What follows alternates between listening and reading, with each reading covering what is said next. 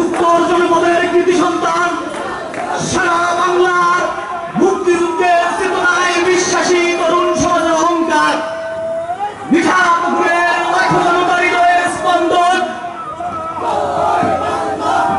দিগন্ত বিস্তারে চিন্তাধারার অধিকারী অনন্ত শিবক্তা, বিশিষ্ট মিডিয়া ব্যক্তিত্ব, যিনি প্রতিনিয়ত মিডিয়াতে অত্যন্ত যুক্তিময় কথা তুলে ধরে বাংলার মানুষের মুক্তির জন্য কাজ করে যাচ্ছেন, সেই প্রিয় নেতা মিঠাপুকুরের 5 বছরের সংসদ সদস্য নেতা এই যে নাসির রহমানের সুযোগ্য সন্তান, বাংলাদেশ আওয়ামী লীগ কেন্দ্রীয় উপকমিটির প্রচার ও প্রকাশনা উপকমিটির সম্মানিত সদস্য, আমার আপনার সকলের শ্রদ্ধাভাজন প্রিয় ব্যক্তিত্ব, মিঠাপুকুরের জননন্দিত জননেতা জনাব রাশেদ রহমান ভাই এর মধ্যে আপনাদের সামনে বক্তব্য দেবেন।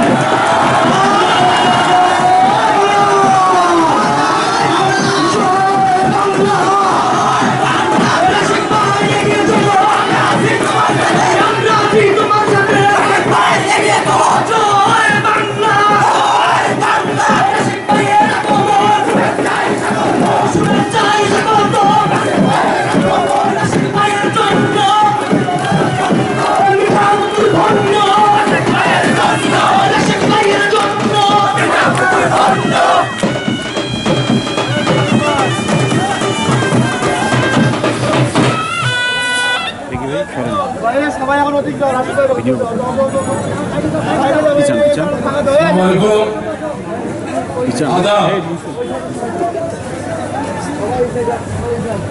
আজকের অনুষ্ঠানের সভাপতি আমার অত্যন্ত স্নেহের, আস্থার এবং প্রিয় মেহেদী হাসান রনি, রংপুর জেলা ছাত্রলীগের সভাপতি। আজকের অনুষ্ঠানের বিশেষ অতিথি আমাদের দলের বর্ষিয়ান সভাপতি, সংগ্রামী সভাপতি জনাব মোজাম্মেল মিন্টু মিয়া চাচা। আজকের অনুষ্ঠানে আমাদের বাংলাদেশ আওয়ামী লীগের সাংগঠনিক সম্পাদক জনাব আনোয়ার সাদুল লিমন ভাই তিনি বক্তব্য রেখেছেন। এছাড়াও আজকের অনুষ্ঠানে উপস্থিত আছেন আমাদের দলের যুগ্ম সাধারণ সম্পাদক জনাব ইয়াসিন আলী সাহেব, আরেকজন সাংগঠনিক সম্পাদক উপস্থিত আছেন জনাব সাইদুর রহমান মন্ডল, এবং আমাদের 17টা ইউনিয়নে নির্বাচিত ইউনিয়ন পরিষদ চেয়ারম্যান সমিতির সভাপতি জনাব ইদ্রিস আলী মন্ডল সহ অন্যান্য সম্মানিত চেয়ারম্যান মহোদয়রা উপস্থিত আছেন। পাশাপাশি মিঠাপুকুরে বঙ্গবন্ধুর আদর্শে বিশ্বাস করেন, জননেত্রী শেখ হাসিনার নেতৃত্বে বিশ্বাস করেন, সেই সকল প্রত্যেকটি অঙ্গ সংগঠনের নেতৃবৃন্দ আজ এখানে উপস্থিত আছেন। আমি আমার বক্তব্য শুরু করার আগে প্রথমেই বিশেষভাবে আজকের অনুষ্ঠান যে দুজন তরুণ অতি স্বল্প সময়ে আয়োজন করতে সক্ষম হয়েছে, একজন আমাদের জেলা ছাত্রলীগের সংগ্রামী সহসভাপতি রাব্বি হাসান, তাকে আমি হৃদয়ের অন্তঃস্থল থেকে অনেক অনেক ধন্যবাদ দিতে চাই।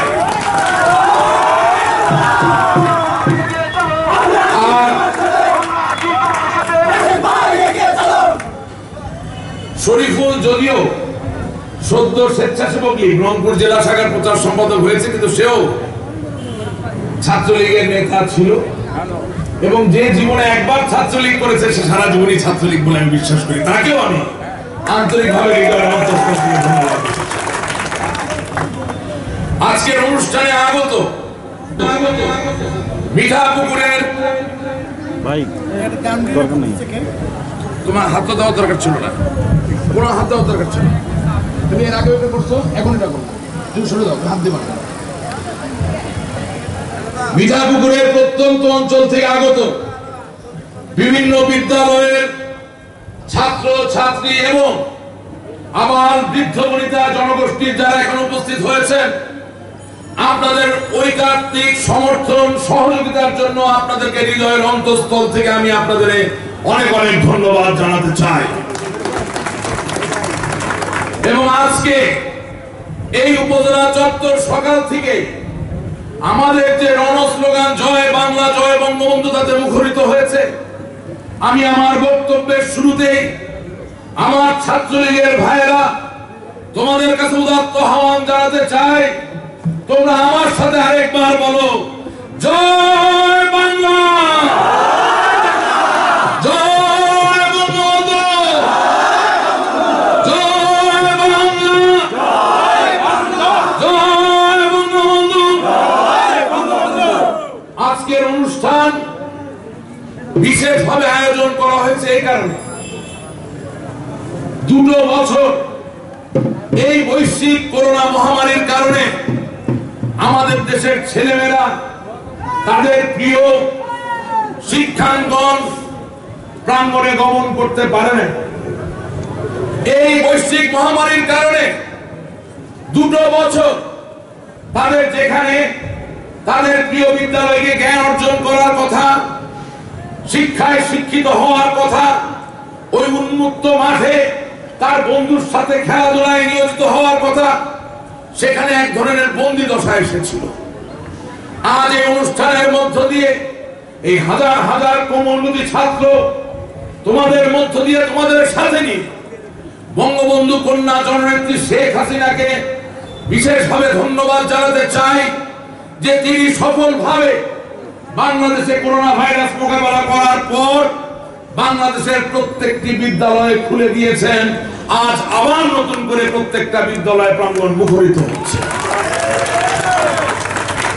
কোন দেশ সেই দেশের শিক্ষা চর্চা, সেই দেশের জ্ঞান চর্চা যদি ব্যাহত হয়ে যায়, স্বাভাবিক বিদ্যালয়গুলো যদি স্বাভাবিকভাবে চলতে না পারে, তাহলে সেই দেশের প্রবৃদ্ধি, সেই দেশের উন্নয়ন কখনো নিশ্চিত করা সম্ভব নয়।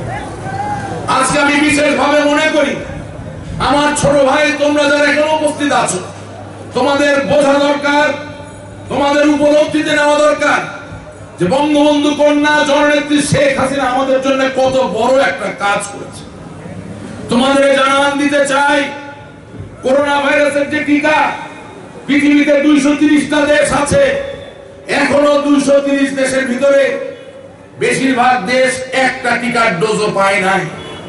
সেই জায়গায় বাংলাদেশ, মার্কিন যুক্তরাষ্ট্র, যুক্তরাজ্য, জাপান, জার্মানির তুলনায় দুর্বল দেশ হওয়া সত্ত্বেও আমরা ইতিমধ্যে 5,60,00,000 মানুষকে সফলভাবে পরিপূর্ণ টিকায় সুরক্ষায় আমরা নিয়ে আসতে পেরেছি। এই অর্জন পৃথিবীর বাইরে যেই দেশে যাবে, যেখানে বলবে তারা আশ্চর্য হয়ে বলবে তোমরা কিভাবে পারলে। আমরা পেরেছি বঙ্গবন্ধু শেখ মুজিবুর রহমান, যিনি একটা অসম্ভব আমাদের উপহার দিয়েছিলেন, যিনি পশ্চিম পাকিস্তানের 22 পরিবার, পশ্চিম পাকিস্তানের সামরিক হানাদার বাহিনীর বিরুদ্ধে আমাদের ঐক্যবদ্ধ করে যুদ্ধ করার সাহস দিয়েছিলেন, নেতৃত্ব দিয়েছিলেন। খালি হাতে যুদ্ধ করে আমরা এই বাংলাদেশকে স্বাধীন করতে পেরেছিলাম। তারই কন্যা আরেকবার এই অসম্ভবকে সম্ভব করেছে। এটা বাংলাদেশে আগামী দিনের যারা পর্যন্ত তাহলে জানতে হবে। আমি সহজ কথা বলি, এই বাংলাদেশ কার? এই বাংলাদেশ তোমার। এই বাংলাদেশের শ্যামল কানন কার? এই বাংলাদেশের কাননের প্রত্যেকটা প্রান্তর প্রান্তর তোমার। এই বাংলাদেশের সুনীল আকাশ কার? এই বাংলাদেশের সুনীল আকাশ আমার বাংলাদেশের আগামী দিনের ভবিষ্যৎ প্রজন্মের। এটাই বাস্তব। যেই দেশের নেতা, যেই দেশের রাজনৈতিক দল আমার দেশের ভবিষ্যৎ প্রজন্মকে নিয়ে চিন্তা করে না, সেই দেশে সেই সব লোকজনের রাজনীতি করার কোনো সুযোগ নাই। অনেকে মনে করতে পারে, অনেকে বলে বিএনপি, জামাতে ইসলামী বিভিন্ন দলের কথা বলে টেলিভিশনে। তোমরা জানো কিনা জানি না, টেলিভিশনে যাই তাদের সাথে তর্ক বিতর্ক হয়। আজকে একটু চিন্তা করে দেখো, সরকার ঘোষণা দিয়েছে যাদের বছর 12 বছর হয়ে গেছে সেই সব ছেলে মেয়েদেরকে অতি সত্বর সরকার টিকা দেওয়া শুরু করবে। বঙ্গবন্ধু কন্যা জননেত্রী শেখ হাসিনার সিদ্ধান্ত। তিনি চান বাংলাদেশের প্রত্যেক বয়সের ছাত্র ছাত্রী সুরক্ষিত থাকবে, করোনা ভাইরাসের ছবলে আমরা মৃত্যুবরণ করবো না, অসুস্থ হব। তিনি বাংলাদেশের ছাত্রগুলোকে ভালোবাসেন, তিনি বাংলাদেশের ছাত্র ছাত্রীগুলোকে চান সুরক্ষিত থেকে, স্বাস্থ্যবান থেকে, সমৃদ্ধ হবে, উন্নত হবে, মুক্ত হবে, স্বাধীনতার আশ্বাস গ্রহণ করবে। অথচ দেশে যখন এত বড় সংকট, তখন বিএনপি কি বলে? খালেদা জিয়ার মুক্তি চাই, খালেদা জিয়ার মুক্তি চাই। তারা তো বলে না বাংলাদেশের ছাত্রদের একটা টিকা দেন, তারা তো বলে না অমুক লোকটা টিকা পায় নাই, তারা টিকা দেন, তারা তো বলে নাই অমুক প্রতিবন্ধী লোক টিকা পাচ্ছে না, তারা টিকা দেন, তারা তো বলে নাই বাংলাদেশের মানুষকে সুরক্ষিত করেন। তাদের একটাই কথা, তোরা যেটাই বলিস ভাই, আমার সোনার হরিণ চাই। খালেদা জিয়ারে ছাইড়া দাও, তারেক জিয়ারে ছাইড়া দাও, তারা ক্ষমতায় যাবে, প্রধানমন্ত্রী হবে, হাজার হাজার কোটি টাকা কামাইবে, বাংলাদেশের ছাত্রছাত্রী সমুদ্রে যাক, তাদের কিচ্ছু যায় আসে। এইসব অপশক্তির সাথে আমরা থাকবো না। তাই আমরা আবারও বলতে চাই, বঙ্গবন্ধু কন্যা জননেত্রী শেখ হাসিনা, আপনি মানবতার মা, আপনি আমাদের অভিভাবক। যেই বাংলাদেশ অন্ধকারে নিমজ্জিত হয়েছিল 1975 সালের 15 আগস্টে বঙ্গবন্ধুকে সপরিবারে হত্যা করার পর, যেই বাংলাদেশ থেকে গণতন্ত্র, সমাজতন্ত্র হারিয়ে গিয়েছিল, যেই বাংলাদেশ থেকে সামাজিক ন্যায় বিচার হারিয়ে গিয়েছিল, যেই বাংলাদেশ থেকে ধর্ম নিরপেক্ষতা হারিয়ে গিয়েছিল, সেই বাংলাদেশে আপনি যখন গণতন্ত্র, সমাজতন্ত্র, সামাজিক ন্যায় বিচার এবং ধর্ম নিরপেক্ষতা ফিরিয়ে আনছেন, আপনি জেনে রাখবেন আপনার সন্তান তুল্য আমরা যারা ছাত্র আছি আপনার পাশে আছি, থাকবো ইনশাআল্লাহ। আপনার পথে কেউ বাধা সৃষ্টি করবে না।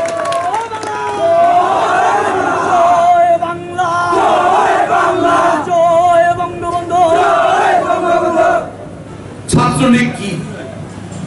আমি ছাত্রলীগের প্রতিষ্ঠা নিয়ে কথা বলতে পারি, আমি ছাত্রলীগের বিভিন্ন আন্দোলন নিয়ে কথা বলতে পারি, কিন্তু আজকে তো অত সময় নাই।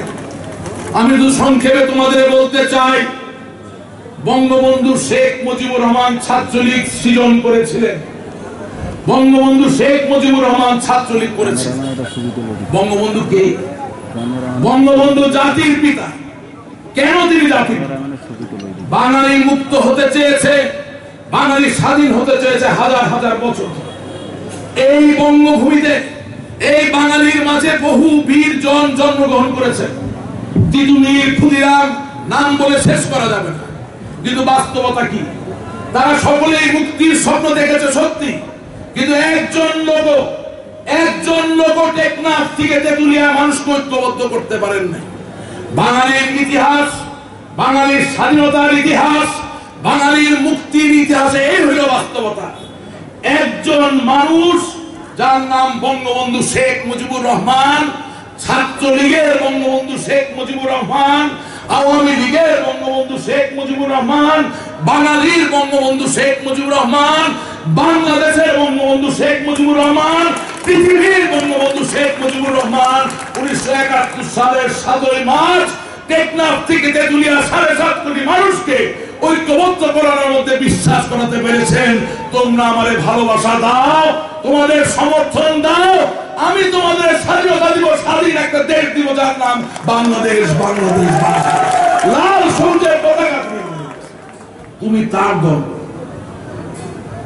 তুমি সেই ছাত্রলীগ করো যে ছাত্রলীগ শেখ হাসিনা করছে। তোমরা আমাদের জিজ্ঞাসা করো শেখ হাসিনার অবদান কি?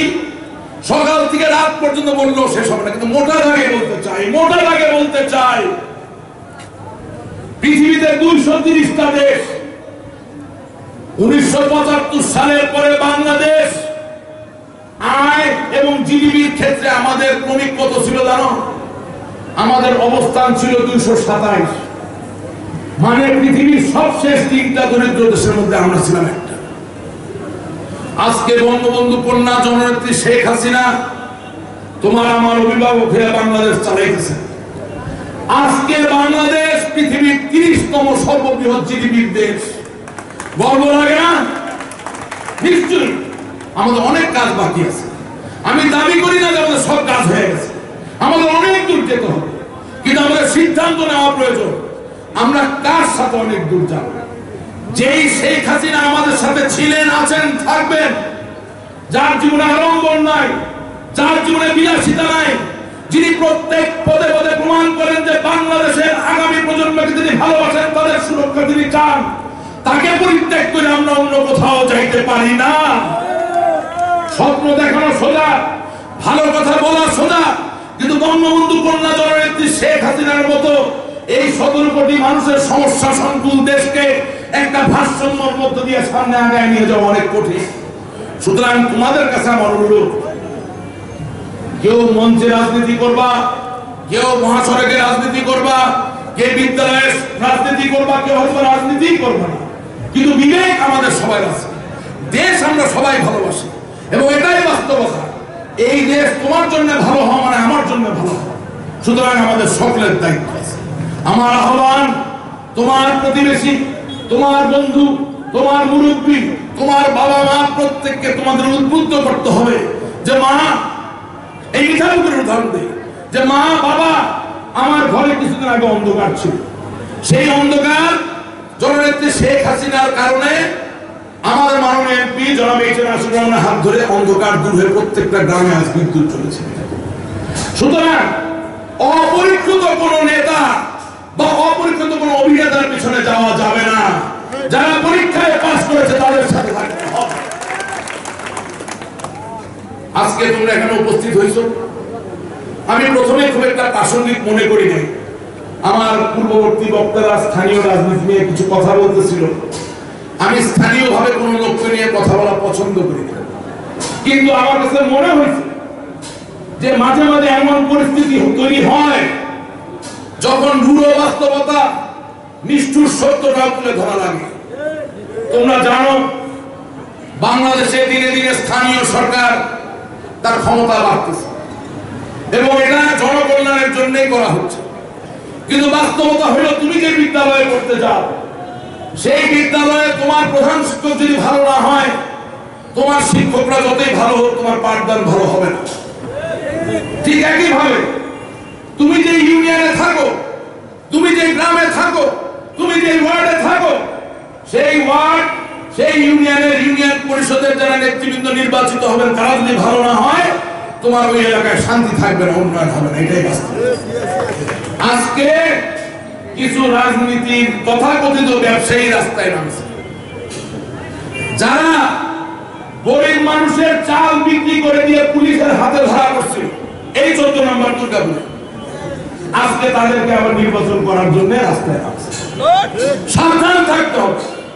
যেই লোক গরিব মানুষের চাল বিক্রি করার লোক সামলাইতে পারে না, সেই লোক তোমার আবার একটু নেতৃত্ব দেবে। উদাহরণস্বরূপ আজকে 2 নম্বর রানীপুরে শুনে এমন একজন লোককে নিয়ে এই রাজনৈতিক ব্যবসায়ী নামছে যে 1971 সালে রাজাকার ছিল, 1971 সালে মুক্তিযোদ্ধাদেরকে ধরে এসে হত্যা করছে, বাঙালির সাধারণ মানুষকে হত্যা করেছে, আমার মা বোনকে ধর্ষণ করেছে। তো যেই লোক তোমার জন্মে বিশ্বাস করতো না, যেই লোক তোমার লাল সবুজের পতাকায় বিশ্বাস করতো না, যে তোমার স্বাধীন দেশে বিশ্বাস করে না, সে যদি তোমার স্থানীয় সরকার নেতা হয়, সে তোমার শান্তি দিবে? সে কি তোমার উন্নতি দিবে? সে ছলে বলে কৌশলে তোমাকে ধ্বংস করার চেষ্টা করে।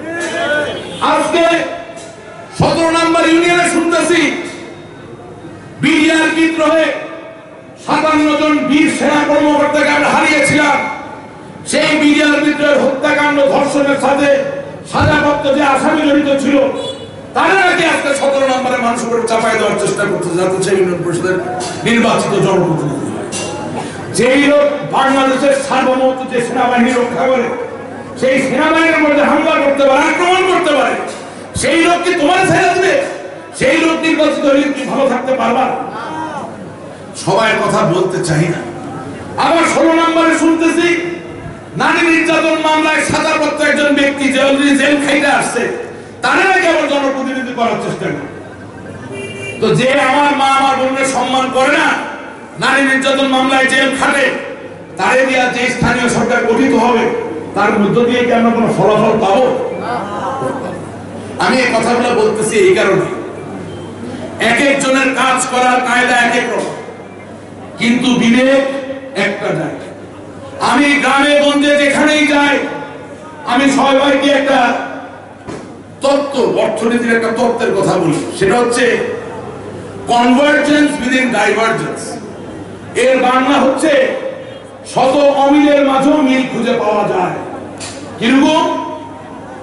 একজন পুলিশ সে চায় তার সন্তান ভালো স্কুলে যাক, ভালো লেখাপড়া করুক, ভালো চাকরি পাক, সে তার সুখ চায়, কারণ সে বাবা। একজন চোর সেও চায় বাবা হিসেবে তার ছেলেটা ভালো স্কুলে যাক, ভালো পড়ালেখা করুক, ভালো চাকরি পাক। চোর বাবা চোর হইতে পারে, কিন্তু সে চায় না তার সন্তান চোর হোক। তার মানে কি? তার মানে পুলিশের কাজ চোরকে ধরা, আর চোরের কাজ চুরি করে পুলিশ থেকে পালায় থাকা। কত অমিল! কিন্তু এই অমিলের মধ্যে দুই বাবা একটা জায়গায় মিল আছে, দুইজনই তার দুইটা সন্তানকে চায় আলোকিত হোক, সুন্দর হোক, ভালো। সুতরাং সব জায়গায় আমাদের মিল থাকবে তা না, কিন্তু we want an enlightened life, আমরা একটা আলোকিত জীবন চাই। we want a prosperous life, আমরা একটা সমৃদ্ধ জীবন চাই। we want a successful life, আমরা একটা সফল জীবন চাই। we want a knowledgeable life, আমরা জ্ঞানে ভরপুর একটা জীবন চাই। সেই জায়গায় আমাদের মিল আছে। আমার ছাত্রলীগের ভাইরা এই মিলের জায়গাগুলো খুঁজে বের করার জন্য, সেই জায়গাকে শানিত করার জন্য তোমাদের যত সহযোগিতা লাগে, যত সমাবেশ করা লাগে, যত মিথস্ক্রিয়া করা লাগে, আমি নাচের প্রমাণ আজকে এমপির পক্ষ থেকে তোমাদের বলতে চাই তোমরা সকল এবং আজকে এই সমাবেশে দাঁড়িয়ে বলতে চাই, তুমি রংপুর জেলার সভাপতি, আমি আশা করি একদিন আমাদের ছাত্রলীগের কেন্দ্রীয় কমিটির লেখক এবং জয়কে দাওয়াত দিয়ে আমরা এখানে নিয়ে আসবো। আমাদের এই মিঠাগুলো উর্বর, আওয়ামী লীগ, যুবলীগ, ছাত্রলীগ, স্বেচ্ছাসেবক লীগ, শ্রমিক লীগ, মহিলা লীগের জন্য উর্বর। আমার মনে আছে অনেক কিংবদন্তি ছাত্র নেতারা আমাদের মিঠাল করে এসেছেন। ইকবালুর রহিম ভাই থেকে শুরু করে, লিয়াকত আলী সিকদার থেকে শুরু করে, বাহাদুর ব্যাপারী ভাই থেকে শুরু করে, অজয় কম ভাই থেকে শুরু করে, সাইফুর রহমান সোহাগ, বহু বড় বড় ছাত্রলীগের নেতারা আমাদের মিঠাল করে। আমি তাদেরকেও নিয়ে আসতে চাই। এর কারণ হইল আজকে সত্যি গর্ববোধ করি। আজকে উপজেলা পার হয়ে, ইউনিয়ন পার হয়ে মিঠাপুরের প্রত্যেকটা বিদ্যালয়ের ভেতরে ভেতরে আমার ছাত্র জনতা ভাইদের জাগরণ সৃষ্টি হয়েছে। তার তুমি দেখতে পাচ্ছ, এটা কেন্দ্র পর্যন্ত পৌঁছায় দেওয়া উচিত। নতুন কইরা আসো, ছাত্রলীগ জায়গায় উঠুক। যেই ছাত্রলীগের 20,000 দামান ছেলেরা 1971 সালে স্বাধীনতা যুদ্ধ করে দেশ স্বাধীন করছে। স্বাধীনতা আমাদের প্রয়োজন নাই, কিন্তু স্বাধীনতা রক্ষা করার প্রয়োজন আছে। স্বাধীনতা যুদ্ধ করার প্রয়োজন নাই, কিন্তু শেখ হাসিনা যে স্বাধীনতার স্বাদ প্রত্যেকটা ঘরে পৌঁছায় দিতে চায়, তার জন্য জননেত্রী শেখ হাসিনার পাশে আমরা থাকার দরকার আছে। সেই ছাত্রলীগ আমরা গড়ে তুলতে চাই ইনশাআল্লাহ। আর আমি আমার বক্তব্য খুব বেশি দীর্ঘায়িত না করে সব শেষে বলতে চাই, আমি বিভিন্ন জায়গায় বলি, আজও বলি, বিশেষত আমার ছোট ভাইদের উদ্দেশ্য। আলবার্ট আইনস্টাইন নামে একজন বিশ্ব সেরা পদার্থবিদ ছিলেন। তিনি একটা কথা বলছিলেন, কথাটা ছিল, imagination is more important than knowledge. Imagination is more important than knowledge. অর্থাৎ তোমার স্বপ্ন দেখার শক্তি জ্ঞানের থেকেও বেশি গুরুত্বপূর্ণ। তার মানে তুমি বিএ পাস করলা, এমএ পাস করলা, পিএইচডি পাইয়া গেলা, ডাক্তার হয়ে গেলা, ইঞ্জিনিয়ার হয়ে গেলা, বড় ব্যবসায়ী হয়ে গেলা, কিন্তু তোমার জ্ঞান, তোমার শিক্ষা, তোমার সক্ষমতা দিয়ে তুমি কি স্বপ্ন দেখো, তোমার কোনো স্বপ্ন নাই, তাই ওই যোগ্যতা দিয়ে কারো কোনো কাজ হবে না। তোমার স্বপ্ন যত শানিত হবে, তোমার স্বপ্ন যত সুন্দর হবে, তুমি তোমার প্রতিবেশ, পরিবেশ, প্রতিবেশী, তোমার সমাজ, তোমার বাবা, তোমার মা, তোমার ভাই, তোমার বোন, তোমার দেশকে নিয়ে তুমি যত চিন্তা করবা, তত তোমার শিক্ষা তোমার জন্য প্রাসঙ্গিক, ততটাই তুমি গুরুত্বপূর্ণ হয়ে উঠবা।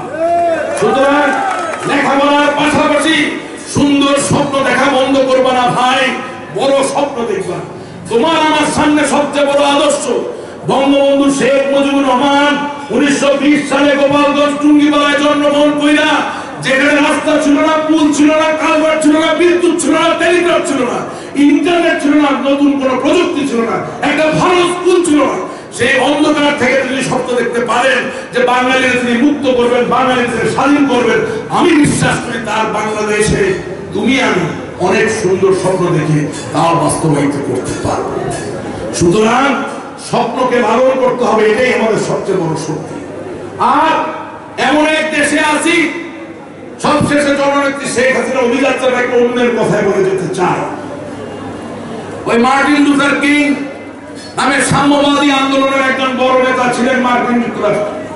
তিনি কালো মানুষ আর সাদা মানুষের ভিতরে যে পার্থক্য অন্যায় সেটার বিরুদ্ধে আন্দোলন। তোমরা টেলিভিশনে কৃষ্ণাঙ্গ দেখছো, নিগ্রো মানুষ দেখছো, কালো মানুষ দেখছো, সাদা মানুষ দেখছো। এমন একটা অবস্থা ছিল আজ থেকে মাত্র 60 বছর আগেও একজন কালো মানুষ একজন সাদা মানুষ একসাথে একটা স্কুলে লেখাপড়া করতে পারত। একজন কালো মানুষ একজন সাদা মানুষ একই টেবিলে বসে কোন রেস্টুরেন্টে চা খেতে পারত না। একজন সাদা মানুষ একজন কালো মানুষ একসাথে একটা বাসে চড়ে এক জায়গা থেকে আরেক জায়গায় যেতে পারত। আর বিয়ে শাদী তো বাদই দিলাম, একজন সাদা মানুষের সাথে একজন কালো মানুষ এই খোদার তৈরি করা বিশাল সমুদ্র, সেই সমুদ্রে একসাথে সাঁতার কাটতে। কি অন্যায়! শরীর কাটলে কালো হও আর সাদা হও, ভিতরে রক্তের রং একই, লাল। কিন্তু পৃথিবীতে এই ছিল অত্যাচার, এই ছিল বাস্তবতা, যে গায়ের রং দিয়ে মানুষ মানুষের তারতম্য করা হতো। আমি আজকে কথা বলি কেন? মার্টিন লুথার কিং এর প্রতিবাদ জানায় বলছিল যে I have a dream, I have a dream, I have a dream that one day the people of this country shall not be judged by the color of their skin, rather they will be judged by the content of their character. অর্থাৎ আমার একটা স্বপ্ন আছে, আমার একটা স্বপ্ন আছে, আমার একটা স্বপ্ন আছে, একদিন এই দেশের মানুষকে গায়ের রং দিয়ে বিচার করা হবে না, তার চারিত্রিক দৃঢ়তা, তার জ্ঞান, তার সক্ষমতা দিয়ে তার বিচার করা হবে। আমরা একই স্বপ্ন। বঙ্গবন্ধু কন্যা জননেত্রী শেখ হাসিনার একটা স্বপ্ন আছে। আপনি থানায় যাবেন, আপনি ক্ষমতাবান হন অথবা দুর্বলী হন, আপনি একরকম সেবা পাবেন। আপনি প্রশাসনের কাছে যাবেন, আপনি দুর্বল হন সবল হন, যেই দল করেন আপনি একরকম সেবা পাবেন। আপনি আদালতে যাবেন, আপনার স্যান্ডেল বিচারের জন্য বছরের বছর চলতে চলতে ক্ষয়ে যাবে না, আপনি সঠিক বিচার সঠিক সময়ে পাবেন। সুতরাং আমাদেরও একটা স্বপ্ন আছে, আমাদেরও একটা স্বপ্ন আছে। আমাদের স্বপ্ন বঙ্গবন্ধুর আদর্শে আমরা শক্তিমান হয়ে জননেত্রী শেখ হাসিনার নেতৃত্বে এবং এই মিঠাপুরে এইচএন আশিকুর রহমান এমপি সাহেবের নেতৃত্বে এমন একটা সমাজ গড়ে তুলতে চাই, যেই সমাজের সাম্য ন্যায় বিচার বিরাজমান এবং আমরা হব সুখী, আমরা হব সুন্দর। তোমরা সকলে ভালো থাকবে। তোমরা ধৈর্য সহকারে আজ আমার বক্তব্য শুনলে। সব বলতে চাই, আমার দরজা তোমাদের জন্য খোলা। সকলের সব আবদার মেটাতে পারবো কিনা জানি না, তবে এতটুকু জানি তোমার স্বপ্নের কথা, তোমার আশার কথা শোনার জন্য আমি উদ্গ্রীব হয়ে থাকলাম। ভাই ভালো থাকবা, দেখা হবে সুখে, দেখা হবে দুঃখে, দেখা হবে সড়কে মহাসড়কে, সংকটে বিপদে। জয় বাংলা, জয়।